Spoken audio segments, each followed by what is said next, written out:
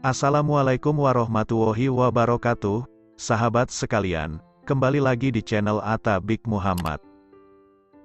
Kali ini akan disampaikan sebuah kisah tentang menghargai dan mencari figur pengganti Gus Dur oleh Laude Ida. 2 hari menjelang akhir tahun 2009, warga bangsa ini ditinggalkan seorang tokoh besar, mantan Presiden keempat Republik Indonesia, Kiai Haji Abdurrahman Wahid atau Gus Dur. Mantan Ketua Tanfiziyah PB NU selama 15 tahun 3 periode itu, pergi untuk selamanya, hijrah ke alam baka memenuhi panggilan Sang Pencipta.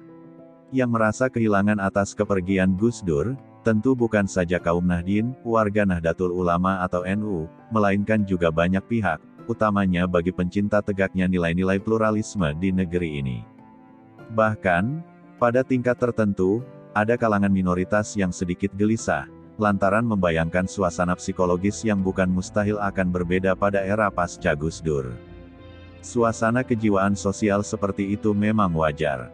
Soalnya mereka sudah merasakan begitu signifikan dan selalu tulusnya cucu pendiri NU, Kiai Haji Hashim Asy'ari, itu memberikan perlindungan terhadap kalangan minoritas sehingga bisa menjalankan hak-hak budaya dan agama yang dianut secara baik. Bahkan, lantaran pemikiran dan sikapnya yang demikian konsisten dalam melakukan pembelaan terhadap elemen bangsa yang terusik hak-hak budaya, agama, dan politiknya itu, Gus Dur memperoleh kritik tajam atau berhadapan dengan kekuatan konservatif dalam pandangan agama dan sikap politik tertentu. Namun, bukan Gus Dur namanya, kalau gentar atau kendur dalam menghadapi semua kritikan dan kecaman yang tertuju kepadanya.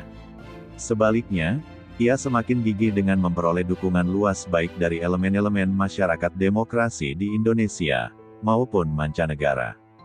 Semuanya menjadi bagian dari penguat gerakan pemikiran dan budaya dalam rangka mendarah dagingkan nilai-nilai kemajemukan, sehingga suasana kehidupan kemasyarakatan dan kenegaraan selalu harmonis dan penuh toleransi. Eksistensi pluralisme, gagasan dan tindakan Gus Dur seperti itu sebenarnya merupakan ajaran nilai-nilai kebangsaan yang hakiki, berangkat dari realitas sosiologis keindonesiaan, berangkat dari penghargaan yang tinggi terhadap hakikat dan eksistensi kemanusiaan. Kita tak bisa menghindarkan diri dari kenyataan multi-etnik dan komunitas dengan budaya dan agama masing-masing, yang sebenarnya sudah menjadi bagian dari fondasi filosofis bangsa ini, yaitu Bhinneka Tunggal Ika. Tepatnya, ketika Gus Dur mengembangkan pemikiran dan gerakan sosial budaya, untuk penghargaan terhadap eksistensi pluralisme, sebenarnya ia tengah melakukan penyadaran kepada masyarakat dan penyelenggara negara untuk terus memperkokoh bangunan keindonesiaan. Sebaliknya, bagi siapapun yang menghalanginya, boleh jadi merupakan bagian dari segelintir warga atau elemen bangsa yang secara tak langsung berupaya merapuhkannya. Yang terakhir ini sudah pasti sangat tidak diinginkan.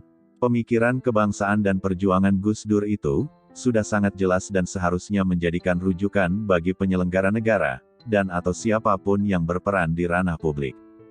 Dengan demikian, tak perlu ada yang khawatir dengan menganggap, jangan-jangan, roh Gus Dur tak menjelma atau masuk dalam kalbu para penentu kebijakan di negeri ini. Masalahnya, memang, andai pun ajaran Gus Dur diakui eksistensinya, tetapi belum tentu ada yang secara berani mengimplementasikannya. Padahal, penghargaan terhadap Presiden keempat Republik Indonesia yang itu bukan hanya sekadar menganggapnya berjasa, sebagai pahlawan bangsa dan atau istilah Presiden Susilo Bambang Yudhoyono, sebagai bapak pluralisme, melainkan pada tingkat di mana ajarannya benar-benar diwujudkan dalam praktik hidup bermasyarakat dan bernegara.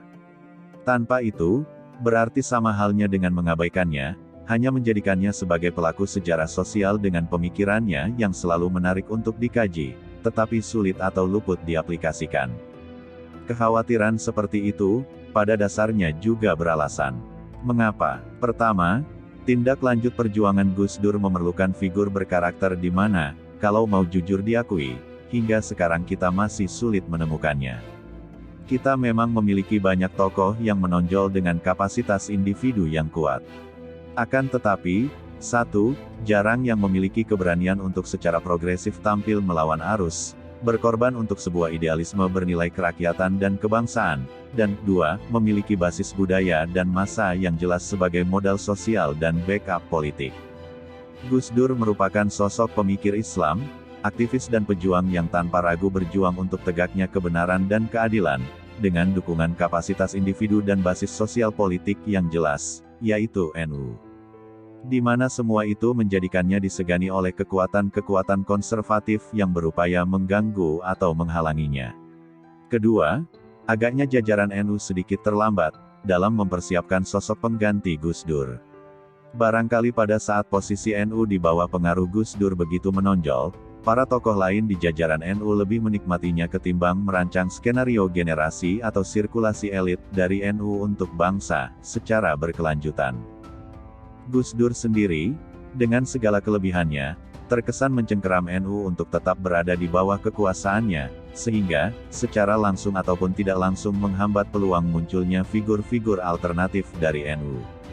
Padahal, di dalam warga NU, tanpa perlu menyebutkan namanya satu persatu, telah dan sedang bermunculan figur-figur terdidik dan potensial, yang berpikiran progresif seperti halnya Gus Dur. Kondisi sekarang ini, tak berlebihan kalau dikatakan bahwa baik NU maupun beberapa elemen bangsa ini, tengah berada dalam transisi pencarian figur-figur Gus Dur baru, untuk melanjutkan perjuangannya. Demikian, semoga bermanfaat.